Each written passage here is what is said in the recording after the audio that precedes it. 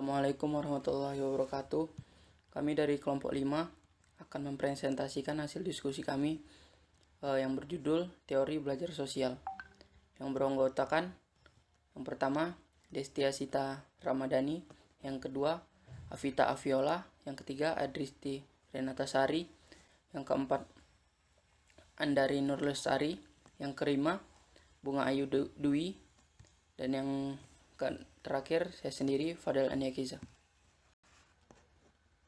Pengertian belajar sosial. Menurut Alex Sobur pada tahun 2003, belajar sosial adalah belajar yang bertujuan memperoleh keterampilan dan pemahaman terhadap masalah-masalah sosial, penyesuaian terhadap nilai-nilai sosial, dan sebagainya.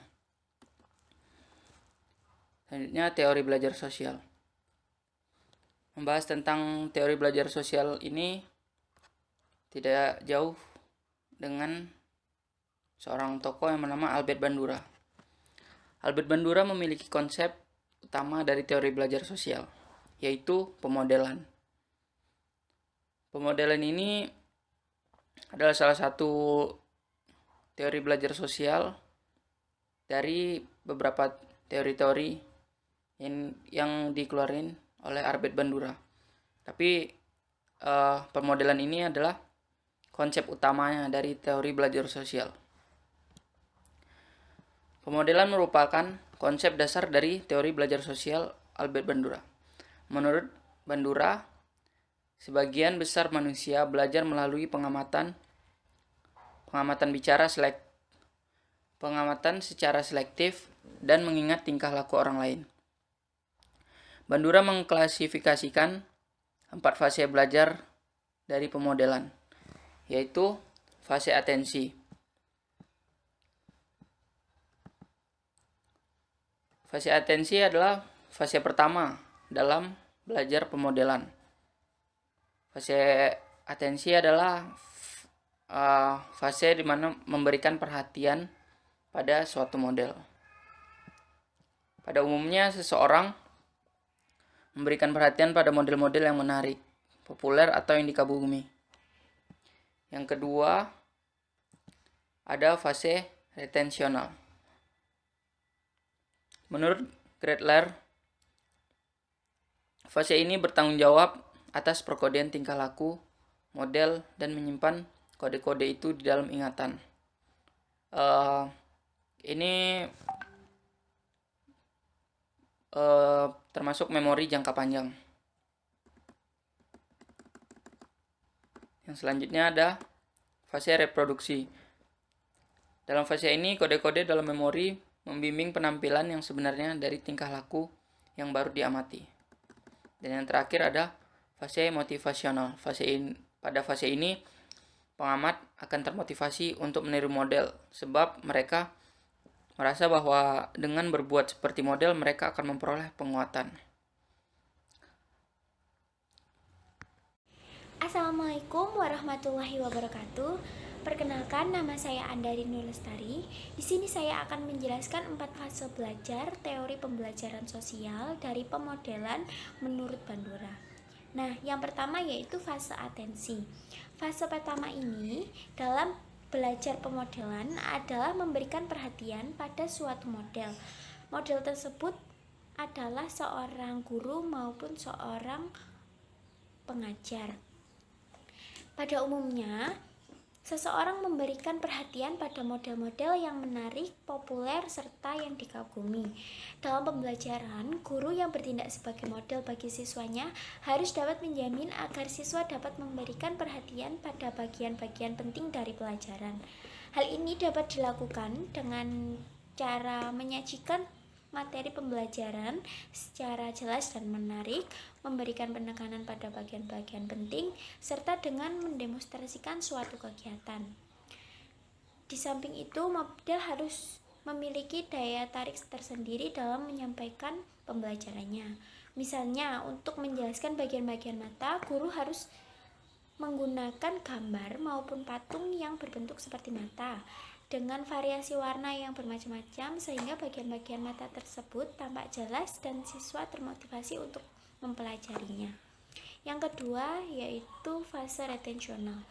Menurut Gradle, fase ini bertanggung jawab atas pengodaan tingkah laku model dan menyimpan kode-kode itu di dalam ingatan sebagai memori jangka panjang. Pengodaan sendiri adalah pengubahan pengalaman yang diamati menjadi kode memori. Arti penting dari fase ini adalah bahwa si pengamat atau si pelajar tidak akan dapat memperoleh manfaat dari tingkah laku yang diamati ketika model tidak hadir, kecuali apabila tingkah laku itu dikode dan disimpan dalam ingatan untuk digunakan pada waktu kemudian hari. Nah, contohnya seperti misal mereka dapat memvisualisasikan sendiri tahap-tahap yang telah didemonstrasikan seorang guru dalam menggunakan busur atau penggaris sebelum benar-benar melakukannya. Yang ketiga, fase reproduksi.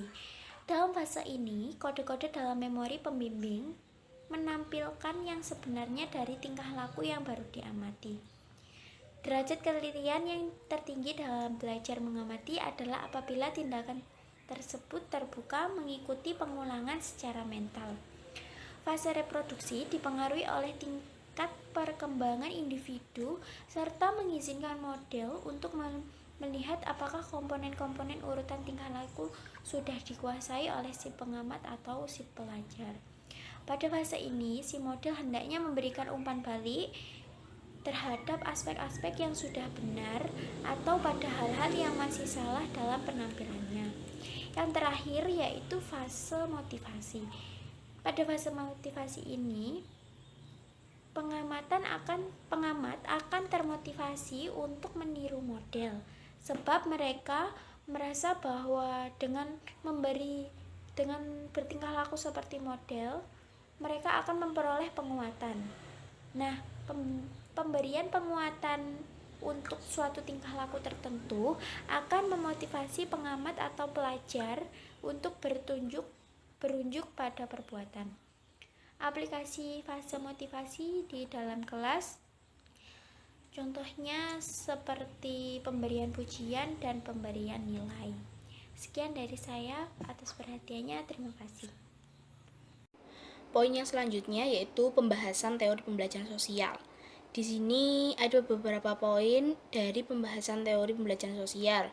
Yang pertama, bagaimana perilaku kita dipengaruhi oleh lingkungan melalui penguat atau reinforcement dan observational learning.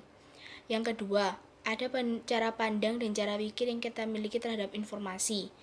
Yang ketiga itu bagaimana perilaku kita mempengaruhi lingkungan dan menciptakan penguat reinforcement dan observational opportunity yang kemungkinan bisa diamati oleh orang lain.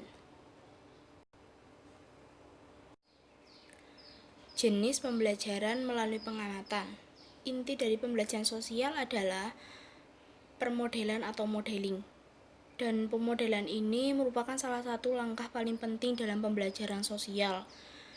Ada dua jenis pembelajaran melalui pengamatan. Yang pertama, pembelajaran melalui pengamatan dapat terjadi pada kondisi yang dialami oleh orang lain. Contohnya seperti seorang pelajar yang melihat temannya sedang dipuji oleh guru karena perbuatan baiknya.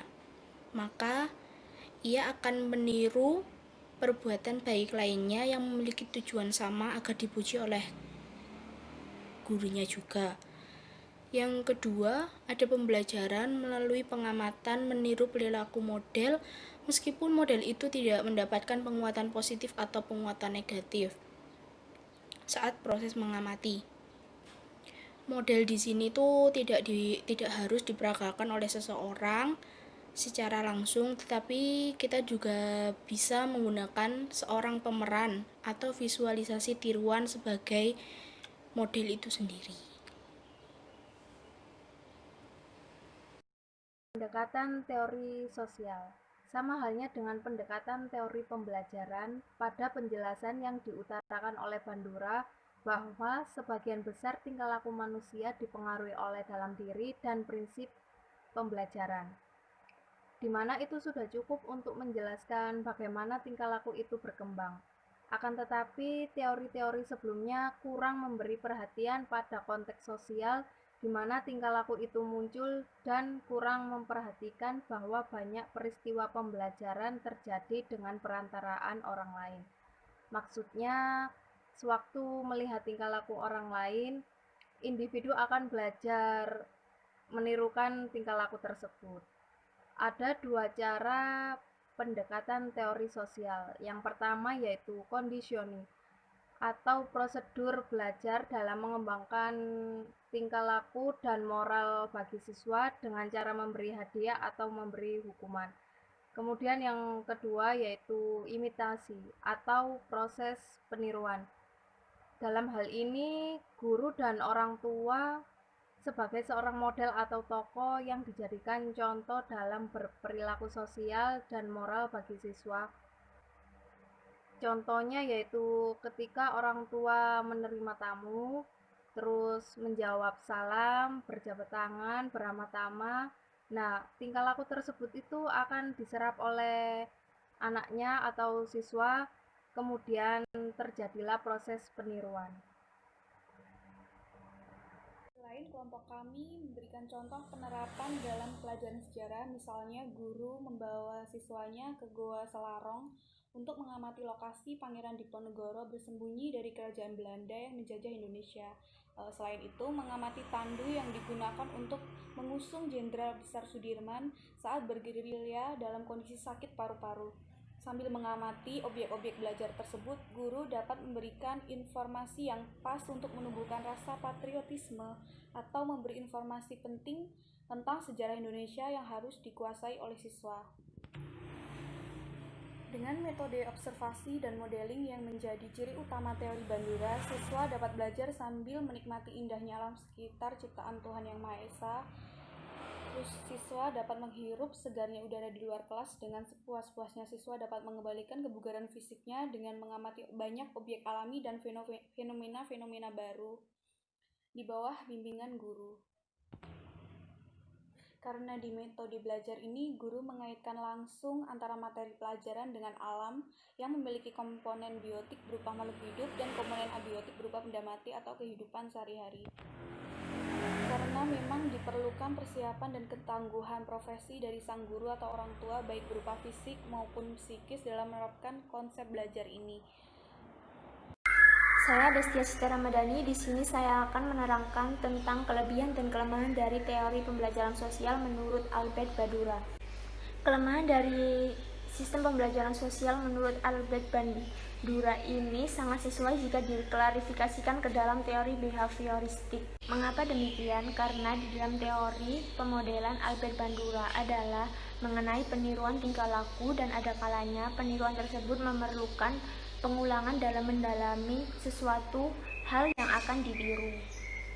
Selain itu juga, jika manusia belajar membentuk tingkah lakunya dengan hanya melalui peniruan, sudah pasti terdapat sebagian individu yang menggunakan teknik peniruan ini juga akan meniru tingkah laku yang negatif, termasuk perilaku yang tidak diterima di dalam masyarakat. Untuk kelebihan teori Albert Bandura ini lebih lengkap dibandingkan teori belajar lainnya. Karena itu, teori ini menekankan bahwa lingkungan dan perilaku seseorang dihubungkan melalui sistem kognitif orang tersebut. Bandura memandang tingkah laku manusia bukan semata-mata refleks atas stimulus, melainkan juga akibat reaksi yang timbul akibat interaksi antara lingkungan dengan kognitif manusia itu sendiri. Pendekatan teori belajar sosial ini lebih ditekankan pada perlunya pembiasaan merespon dan peniruan. Selain itu, pendekatan belajar sosial lebih menekankan pentingnya penelitian empiris dalam mempelajari perkembangan anak-anak.